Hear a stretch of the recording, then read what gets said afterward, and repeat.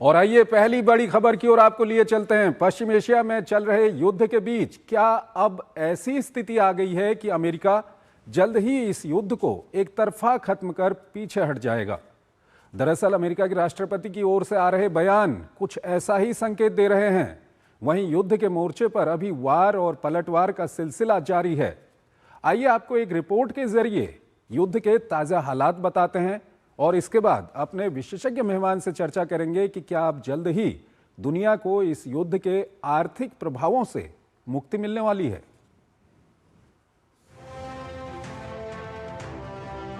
युद्ध दूसरे महीने में पहुंच चुका है, लेकिन पश्चिम एशिया में तनाव लगातार बना हुआ है। हालांकि राष्ट्रपति डोनाल्ड ट्रंप ने थोड़ी नरमी दिखाई तो बाजार में रौनक लौट आई। राष्ट्रपति डोनाल्ड ट्रंप ने कहा कि अमेरिकी सेना जल्द ही क्षेत्र से बाहर निकल सकती है, जिसके लिए उन्होंने 2 से 3 हफ्तों का संभावित समय बताया।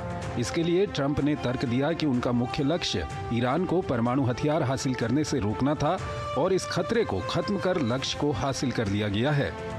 ट्रंप के इस बयान के बाद ब्रेंट क्रूड की कीमत करीब 13% गिरकर $100 प्रति बैरल के आसपास आ गई।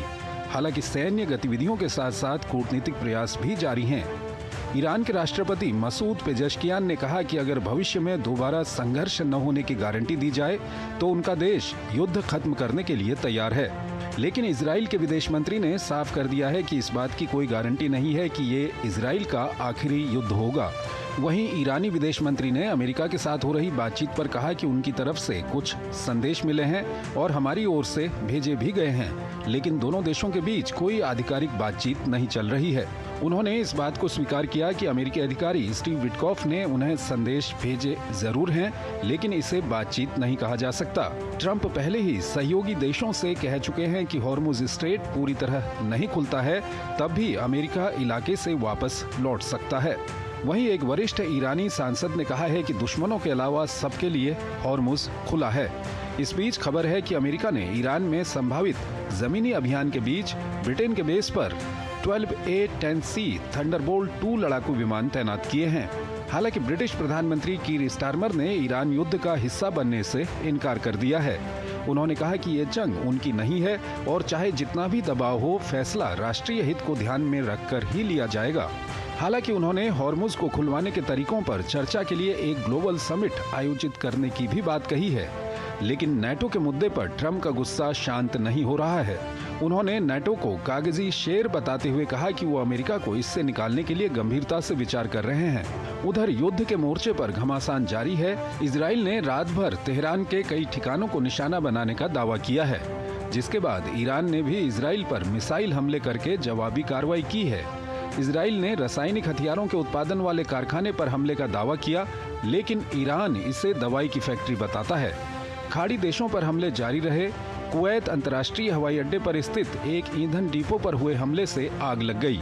वहीं इजराइल लेबनान में अपना गाजा मॉडल लागू करने जा रहा है। दक्षिणी लेबनान के भीतर एक बफर जोन स्थापित कर एक बड़े हिस्से पर अपना सुरक्षा नियंत्रण बनाए रखने की योजना बना रहा है। बफर जोन इजरायली सीमा से लगभग 30 किलोमीटर दूर लितानी नदी तक होगा। और आइए ईरान युद्ध को लेकर के क्या ताज़ा हालात बने हुए हैं, किस दिशा में ये अब युद्ध जा रहा है। हमारे साथ बात करने के लिए एसआर तायल मौजूद हैं, फॉर्मर सीनियर डिप्लोमेट हैं, विदेशी मामलों के जानकार हैं, उनसे हम बातचीत करेंगे। तायल साहब, बहुत बहुत स्वागत है आपका हमारे इस कार्यक्रम में। तायल साहब, जो ताज़ा स्थिति है और साथ ही साथ जो बयान आ रहे हैं खासकर अमेरिकी राष्ट्रपति के और ईरान की ओर से, क्या लगता है आपको, क्या अब ये युद्ध खत्म होने की ओर अग्रसर है? देखिए, इस युद्ध को समाप्त करने का जो स्विच है वो राष्ट्रपति ट्रंप के पास है।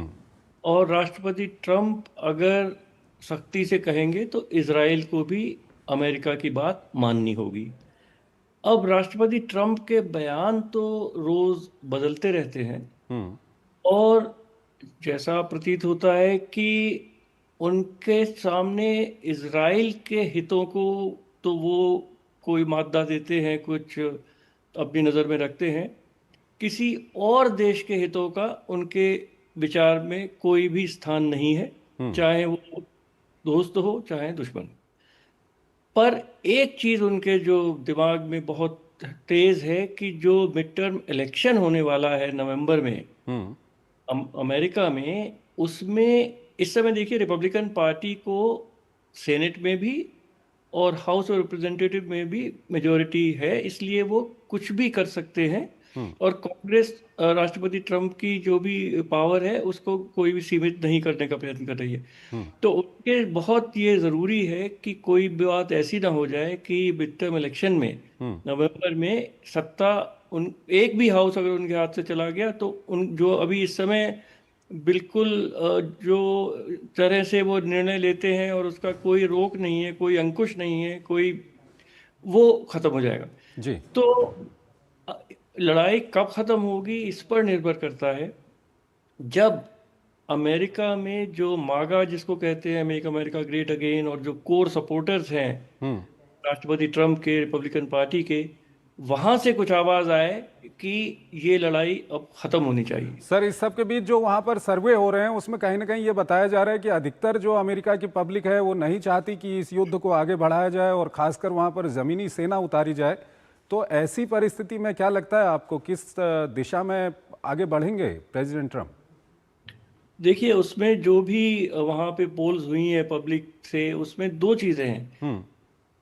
जनता 60% से अधिक ईरान से युद्ध के तो खिलाफ है, हम्म। पर राष्ट्रपति ट्रम्प के खिलाफ नहीं है। जी। राष्ट्रपति ट्रम्प की जो इस समय रेटिंग है अप्रूवल, वो केवल 5-6% निगेटिव है। तो वो तो बड़ा error of margin of error में आ जाता है। हम्म। पर बूट्स ऑन द ग्राउंड पर एकदम वहाँ की जनता उखड़ सकती है और उनके सोच में परिवर्तन आ सकता है। हम्म। राष्ट्रपति ट्रम्प वहाँ खरग आइलैंड में या किसी भी तरह ईरान में अगर उन्होंने फौज अपनी भेजी हम्म। तो कैजुअलिटीज भी होंगी, ये बिल्कुल स्वाभाविक है। और ईरान देखिए हथियार नहीं डालेगा, हम्म। और जो एक शहादत का मादा उनका होता है वो मरने के लिए तैयार रहते हैं। तो तो सर, वो यहाँ पर अब कुल मिलाकर दो विकल्प आ रहे हैं। एक तो ये कि जो जिस पर हम बात कर रहे हैं, अगर वहाँ पर ज़मीनी फोर्स उतारते हैं या आगे बढ़ते हैं तो क्या कुछ होगा, उस पर हम बात कर रहे हैं। लेकिन अगर यहाँ पर प्रेसिडेंट ट्रम्प की ओर से युद्ध को रोकने की घोषणा कर दी जाती है तो ईरान किस तरह से इसमें रिएक्ट करेगा? देखिए ये एक तरफा युद्ध विराम होगा, हम्म। और ईरान ने कहा है कि कोई तो बातचीत ही नहीं हो रही है। तो हम्म। जैसे एक तरफा अमेरिका और इसराइल ने युद्ध शुरू किया था, उसी तरह एक तरफा अमेरिका रोक सकता है। हम्म। पर ये यूक्रेन रशिया युद्ध की तरह ये समाप्ति पर नहीं आएगा। हम्म। इसराइल ने फिर बयान दिया है कि वो कोई गारंटी नहीं देगा कि वो आगे कोई हमला नहीं करेगा। तो ऐसी स्थिति में तो ईरान कोई भी एग्रीमेंट के लिए कभी भी तैयार हो ही नहीं सकता। हम्म। कोई गारंटी, उसके बाद राष्ट्रपति ट्रम्प जो कहते हैं जो करते हैं उसमें इतना फासला है कि कोई देश उन पर भी विश्वास करना बड़ा मुश्किल होगा। जी। तो जो भी कार्रवाई होगी शायद एक तरफा राष्ट्रपति ट्रम्प कह सकते हैं कि भाई हम युद्ध खत्म कर रहे हैं, क्योंकि उनका जो, अच्छा न्यूक्लियर, जो आज राष्ट्रपति ट्रम्प ने कहा कि उनका न्यूक्लियर कैपेसिटी जो बॉम्ब बनाने की बिल्कुल ख़त्म कर दी जाए, तो मेरा मानना है कि शायद आईएईए वगैरह भी कहेंगे कि वो जो भी शक्ति थी और जो भी संसाधन थे ईरान के न्यूक्लियर बॉम्ब बनाने के, वो कहीं बहुत बिल्कुल समाप्ति हो चुके हैं। हम्म। और उसके बाद अगर कहीं फिर से कुछ करने का प्रयत्न किया तो इसराइल और अमेरिका फिर हमला कर देंगे। ठीक तो है। वो मैं समझता हूँ कि अगर उतना ही ध्येय है अमेरिका का, सर, यहाँ पर तो एक परेशानी और आ रही है कि होर्मुज को लेकर के या होर्मुज की वजह से पूरी दुनिया में एक तरह का संकट पैदा हो गया है। चाहे वो एनर्जी की बात करें, फर्टिलाइजर की बात करें या दूसरी सप्लाई चेन की हम बात करें, तो अगर अमेरिका एक तरफा युद्ध बंद भी करता है तो इस मामले को कैसे आगे बढ़ेगा ये मामला, क्योंकि ये कहीं ना कहीं पूरी दुनिया को परेशान कर रहा है। ईरान से जो भी बयान आए हैं और जिस तरह से उन्होंने हमारे शिप्स को आने दिया है, चीन के, पाकिस्तान के, हम्म। तो उनका कहना है कि जो मित्र देश हैं हम्म। उनके जहाज हॉर्मुज स्ट्रेट से जा सकते हैं उनसे परमिशन लेकर। जी। उसमें गल्फ देश नहीं आते हैं। सबसे हम्म। बड़ी बात यह है, अमेरिका को तो तेल वहां से चाहिए नहीं, हम्म। पर गल्फ के जो 5-6 हमारे मित्र देश हैं वहां से बहुत तेल गैस, पूरे चाइना, इंडिया, हर जगह आता है। तो उस पर किस तरह फैसला होगा, किस तरह आगे बढ़ेगा। इंग्लैंड एक 35 देशों की समिट मीटिंग बुला रहा है कि भाई हरमेज स्ट्रेट खुली रहे। तो ये सब तो भविष्य बताएगा। सबसे पहली चीज है कि युद्ध बंद हो, और उसकी चाबी अमेरिका के पास है। ठीक है। सर हमारे साथ बने रहिएगा, इसी से जुड़ी हुई एक खबर और है, उस पर अभी हम बातचीत करेंगे, लेकिन यहाँ पर हमको एक